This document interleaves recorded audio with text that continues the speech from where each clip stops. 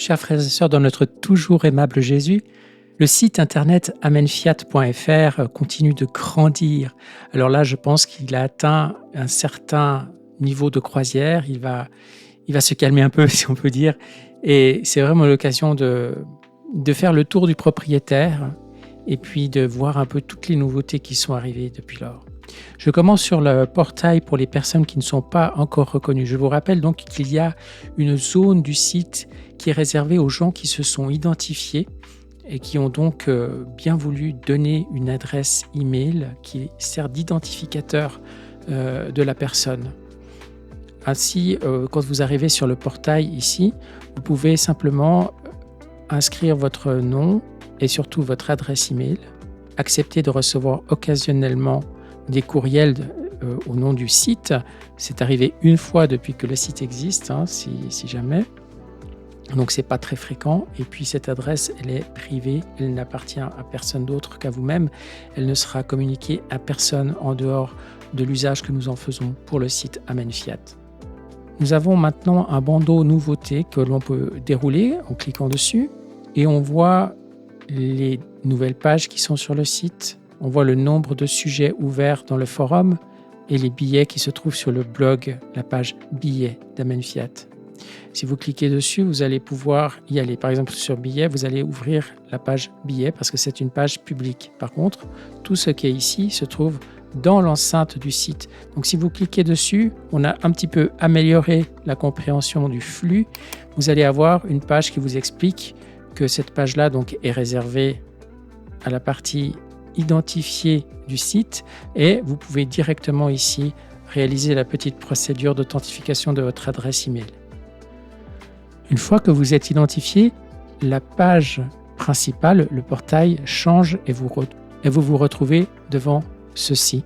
Vous avez les mêmes boutons que dans le portail anonyme avec billets, calendrier, forum et chaîne. Maintenant, tout est accessible.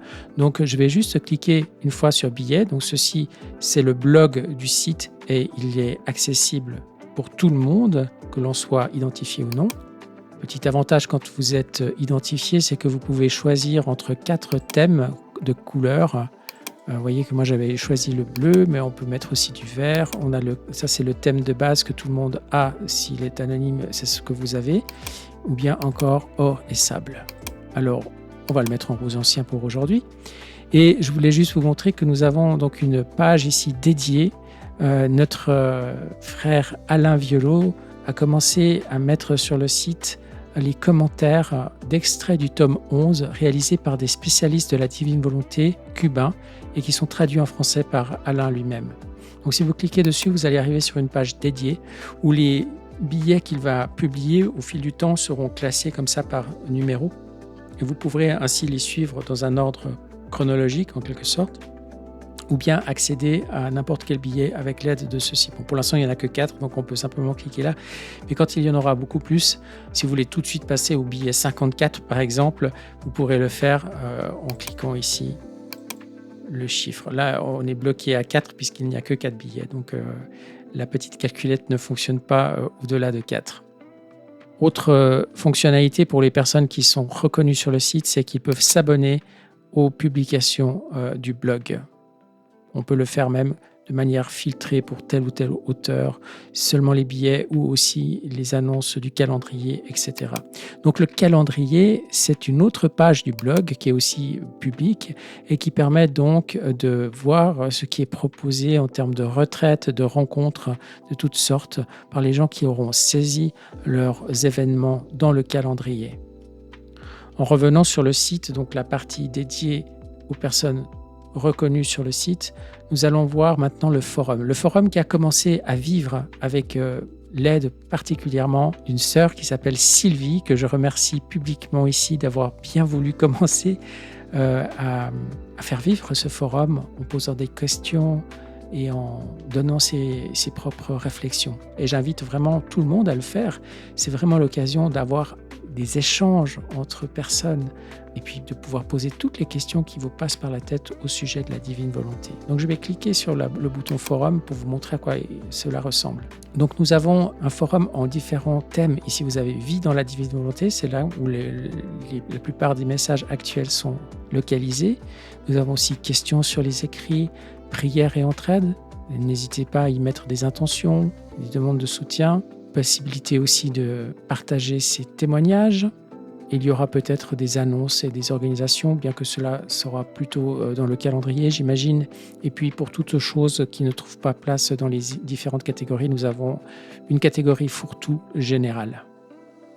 Pour créer un nouveau sujet, vous pouvez cliquer ici, Nouveau sujet, choisir la catégorie dans laquelle ce sera classé, mettre un titre et puis écrire tout ce que vous voulez. Ensuite, possibilité de lire les sujets déjà écrits et de pouvoir y répondre.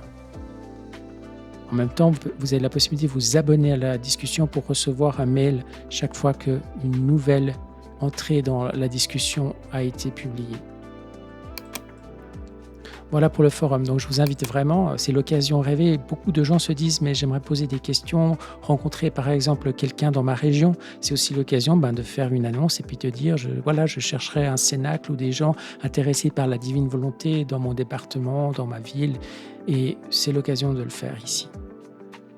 Nous avons donc la petite fenêtre nouveauté qui permet donc de savoir quelles sont les dernières choses qui ont été créées sur le site.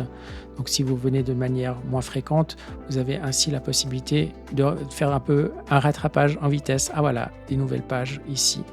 Actuellement, il y en a beaucoup parce que nous avons beaucoup enrichi le site en très peu de temps, mais probablement qu'à terme, il y aura beaucoup moins de lignes que ceci. Donc on peut cliquer dessus pour rejoindre immédiatement la page en question. Et je voulais vous montrer aussi une autre chose, c'est qu'on a en bas maintenant un plan du site. Le plan du site permet de voir de manière synthétique tout ce qui existe sur le site lui-même. Vie de la communauté, c'est donc toutes les parties un peu plus interactives, soit les billets des différents rédacteurs du blog, le calendrier et le forum. Et après, vous avez les différentes sections qu'on retrouve aussi en bas là, dans la barre de nav, le Louisa, les écrits et les ressources. Donc nous avons Louisa, les écrits et les ressources. Et dans Louisa, nous avons la biographie, prière pour sa béatification, les écrits, la divine volonté et une nouvelle section, nouvelle et divine sainteté. Pour la biographie, par rapport à ce qu'il y avait avant, nous avons maintenant introduit toute la biographie en vidéo que nous devons à Hugh Owen, qui peut être donc lu directement sur le site. Évidemment, c'est une playlist de la chaîne Amen Fiat. Les prières pour sa béatification ont aussi été augmentées par une des vidéos qu'on a sur Amen Fiat, qui justement est une lecture de la prière pour la béatification de la servante de Dieu, Luisa Picaretta. Pour les écrits, nous avons, plutôt que de renvoyer directement à la page qui présente les différents écrits qui se trouvent sur le site, nous avons fait ici un recensement de tous les écrits. Et donc, ça nous donne quelques informations documentaires intéressantes avant de pouvoir ensuite cliquer et retrouver les différents écrits qui sont actuellement sur le site. Donc, nous avons le livre du ciel, les 24 heures de la Passion et, depuis peu, la Vierge Marie dans le royaume de la divine volonté, avec les 31 jours du mois de mai qu'on peut évidemment méditer toute l'année si on le désire. En ce qui concerne les 24 heures de la Passion, nous avons commencé à réviser en profondeur la traduction qui était considérée comme fautive par beaucoup de gens. Et donc, nous avons été maintenant vers une traduction déjà existante plutôt qu'une traduction automatique. Et nous sommes en train de l'implémenter à l'intérieur. Donc, c'est une traduction que l'on retrouve de manière libre sur Internet, plus fluide en français, qui permettra vraiment d'entrer dans la méditation des heures de la Passion, si vous le souhaitez. La page qui présente la divine volonté en général a été un peu enrichi également, va plus en profondeur sur les spécificités de la divine volonté et nous avons ajouté une nouvelle section appelée Nouvelle et divine sainteté avec une galerie de personnes saintes du XXe siècle et d'avant aussi qui ont annoncé ce qui se passe. Tout ce travail avec ici un volet doctrinal qui explique un peu ce que l'on entend par nouvelle et divine sainteté. Tout cela est un travail réalisé à partir principalement de deux auteurs américains, Hugh Owen avec son livre New and Divine, The Holiness of the Third Christian Millennium, qui a été traduit en français, qui est disponible auprès des associations françaises Luisa Picaretta, et par Daniel O'Connor avec son livre phare The Crown of Sanctity, la couronne de sainteté, qui parle vraiment de la révélation de la divine volonté chez Luisa Picaretta, mais remise aussi dans le contexte global de 2000 ans de christianisme. Avec cela, nous avons donc proposé évidemment le cœur du foyer, c'est Luisa. Nous avons mis aussi avec elle Annibale Maria di Francia, qui a été son censeur ecclésiastique, son premier éditeur et un apôtre de la divine volonté. Ensuite, la Vierge Marie, qui est la reine de la divine volonté. Et puis ensuite, les témoins. Ce sont là des personnes qui, au XXe siècle, ont connu des expériences mystiques ou des révélations privées avec le Seigneur, qui se rapprochent d'une certaine manière de la divine volonté, sans avoir connu le livre du ciel, la divine volonté. Mais elles ont expérimenté quelque chose qui nous met dans la voie et qui permet aussi à tout le monde de constater que Luisa Picaretta ne tombe pas du ciel comme un objet volant non identifié et totalement étranger à la vie de l'Église. Ce qu'elle nous révèle à travers ses écrits, c'est quelque chose qui a grandi au cœur de l'Église et qui a été vécu, au moins partiellement, par des grandes figures de sainteté déjà reconnues par l'Église au XXe siècle. Je pense que vous connaissez la plupart des figures qui sont ici.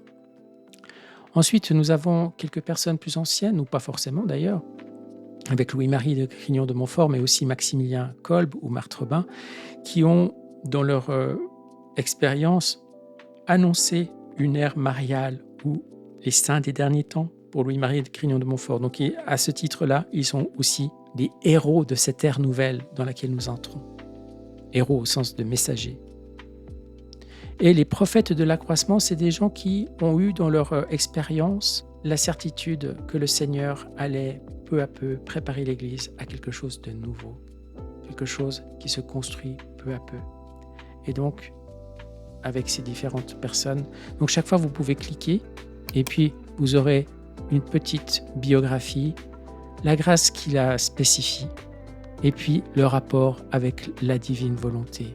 Quelques citations et au fil du temps, il y aura peut-être des ajouts qui seront faits avec des vidéos ou bien des extraits de leurs œuvres qui seront ajoutés à la fin. Pour vous donner un exemple concret où c'est déjà été fait, pour Sainte Élisabeth de la Trinité, nous avons ajouté ici l'intégralité de sa prière « Ô mon Dieu Trinité que j'adore » ainsi que la vidéo sur Amen Fiat, qui est une lecture de cette prière. Il y aura des choses de ce genre à peu près partout dans la galerie des saints, très certainement. Pour la dernière section, la 4e couronne, ce sont les docteurs des profondeurs. C'est ceux qui, à un titre ou un autre, par leur approfondissement doctrinal, mystique, théologique, nous donnent des lumières pour mieux saisir, comprendre la divine volonté. Non pas qu'ils aient été dans la divine volonté, ou même qu'ils en aient parlé de cette divine volonté, mais ce sont quand même des références importantes à connaître lorsque l'on s'intéresse à la théologie de la divine volonté, pour l'accueillir en Église. Et tout cela se termine par le gardien, Saint Joseph, gardien silencieux du règne. Nous parlons évidemment beaucoup de ce qui est dit de Saint Joseph dans le livre du ciel. Après la section Luisa Picaretta, nous avons la section des écrits. Et le livre du ciel et les 24 heures de la Passion sont déjà plus anciens, mais récemment, nous avons ajouté la page sur la Reine du ciel dans le royaume de la divine volonté, avec la possibilité d'avoir une lecture suivie des 31 jours plus des appendices. Nous avons un index, une recherche et un tirage au hasard d'une partie des différents jours. On peut par exemple tirer une petite pratique au hasard. Pour m'honorer aujourd'hui, tu offriras tes actions en les unissant aux miennes dans un acte de gratitude envers le Saint bébé, le priant de venir dans l'Égypte de ton cœur pour tout y transformer en volonté de Dieu. Donc là, c'est la petite pratique du jour 24, ou si l'on veut une oraison. Puissante Reine, donne-moi les armes pour que je gagne la bataille dans ma conquête de la volonté divine. tiré du jour 17. Enfin, la partie qui a le plus grandi probablement, c'est ressources et enseignements. Tout d'abord, nous avons créé une page intermédiaire appelée Documents qui regroupe actuellement Mémorandum et Destinée finale qui existaient déjà précédemment. Mais cette page sera appelée à grandir prochainement avec de nouveaux documents téléchargeables et présentés sur ce site. Nous avons une partie pour rappeler cette démarche possible qui s'appelait avant les Oblats bénédictins de la divine volonté, aujourd'hui les amis spirituels des bénédictins de la divine volonté. Donc nous avons sur cette page toutes les explications nécessaires, mises à jour par rapport aux derniers événements, avec l'explication, comprendre la démarche, le changement d'appellation et les documents qui permettent donc la nouvelle lettre de présentation du Père Elijah et puis l'acte de consécration mis à jour aussi avec cette mention des amis spirituels. Comme repère historique, nous avons les éléments de l'époque, mais évidemment, c'est ceci qui compte aujourd'hui. Ensuite, nous avons cette chance énorme d'avoir, merci Claire Duval, les petits pains du livre du ciel confectionnés par cette sœur dans la divine volonté, Claire, qui ont été mis sur le site, et donc on peut simplement cliquer ici et tirer au hasard un des 160 et quelques pains. Il y en a même de nouveaux qui vont bientôt arriver parce que j'ai reçu un nouveau fichier tout récemment. Et donc cela nous donne, avec une illustration de Claire, des extraits qu'elle a soigneusement choisis dans le livre du ciel. Et donc l'occasion de prendre cette page avec nous pour la journée.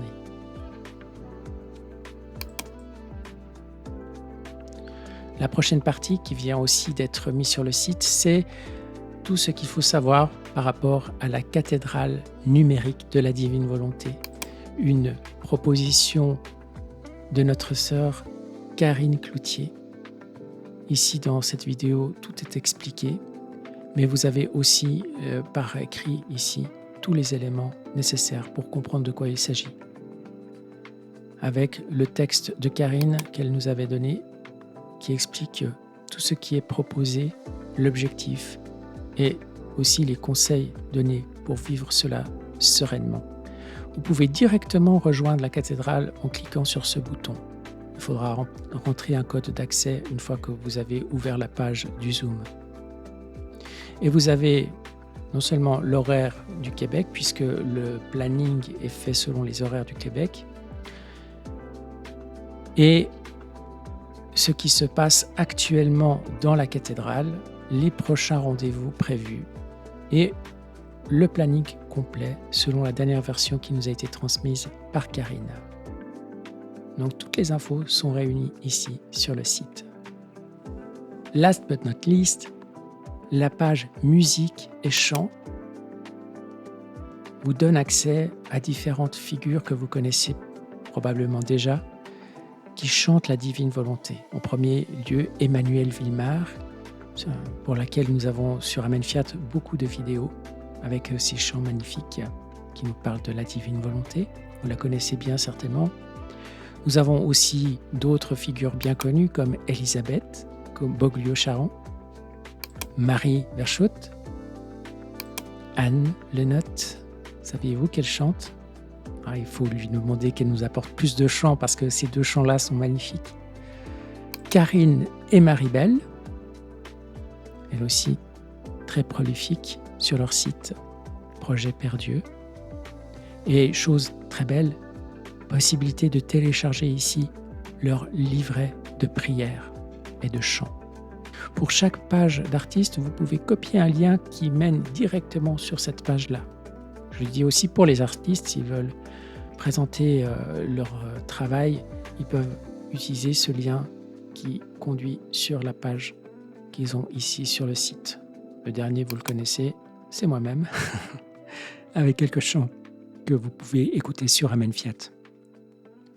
Ensuite, si vous cliquez sur Découvrir, vous allez avoir des propositions alors d'artistes ou de compositeurs de musique classique ou contemporaine. Et pour chacun, vous aurez alors des liens qui vont ailleurs sur YouTube ou sur leur propre site d'ailleurs, pour écouter un peu de cette musique. C'est sélectionné par moi-même une musique spirituelle, une musique qui peut aider à entrer dans un moment de paix, un moment de méditation, ou se laisser emporter par la méditation d'un compositeur. Actuellement, nous avons donc Arvo Pärt, Sir John Tavener, Olivier Messiaen, Hildegard de Bingen et plus globalement la musique médiévale, le chant grégorien et le chant liturgique d'Orient. Actuellement, il n'y a pas grand-chose qui est proposé sous ces pages-là. Certaines sont même vides, comme si je prends le chant liturgique d'Orient. Pour l'instant, il n'y a pas encore de vidéo, mais cela va grossir au fil du temps. Et ce ne sera pas forcément mis dans les nouveautés du site, donc pensez à passer de temps en temps pour voir ce qu'il y a de proposé à cet endroit-là. Avec cela, nous avons fait le tour du site avec ce qu'il propose aujourd'hui. Il y a encore plein de projets en tête, plein de choses qui vont se mettre en place. Mais pour l'instant, c'est tout. Et je vous souhaite vraiment de profiter de tout ce qui est proposé ici et surtout d'approfondir votre relation avec le Seigneur pour vivre dans sa sainte et divine volonté. Soyez bénis et à bientôt pour une nouvelle vidéo.